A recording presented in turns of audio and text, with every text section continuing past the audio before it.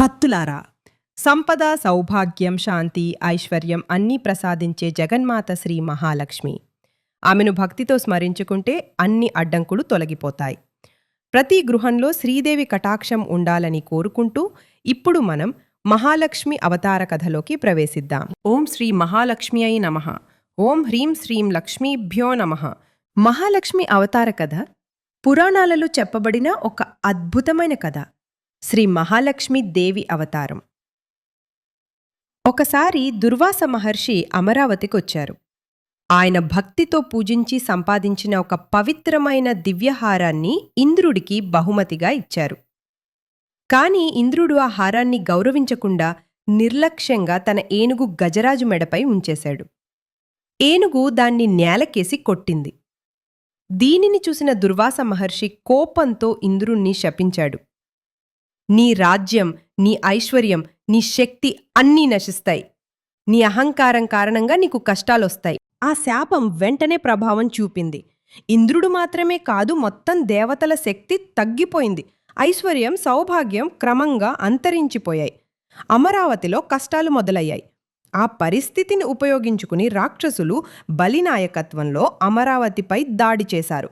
బలహీనులైన దేవతలు ఓడిపోయి స్వర్గం నుండి బయటికి వచ్చారు.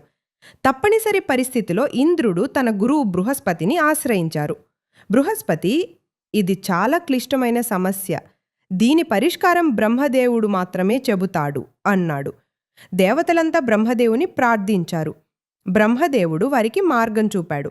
విష్ణుమూర్తినే ఆశ్రయించాలి, ఆయనే మీకు శక్తి తిరిగి ఇస్తాడు. అందరూ కలిసి మహావిష్ణువును ప్రార్థించారు. అప్పుడు విష్ణువు అన్నాడు, దేవతలు, మీ శక్తిని తిరిగి పొందాలంటే ఒకే మార్గం ఉంది. మీరు అసురులతో కలిసి క్షీరసాగర మదనం చేయాలి. ఆ మదనంలో నుంచి అమృతం వస్తుంది.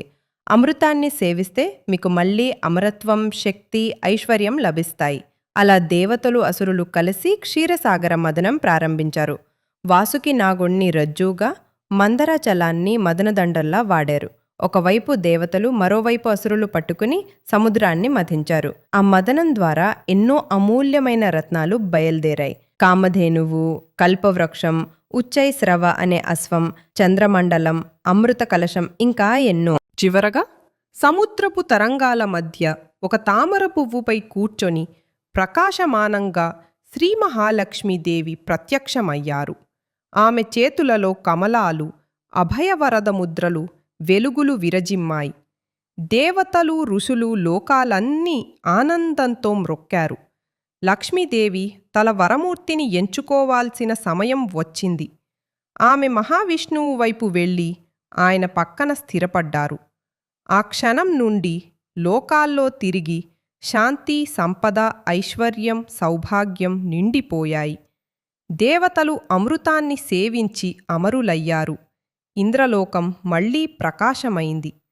ఆ దినం నుండి మహాలక్ష్మీదేవిని సర్వలోక రక్షకురాలు, సౌభాగ్యప్రదాయిని, విశ్వమాతగా భక్తులు ఆరాధిస్తున్నారు.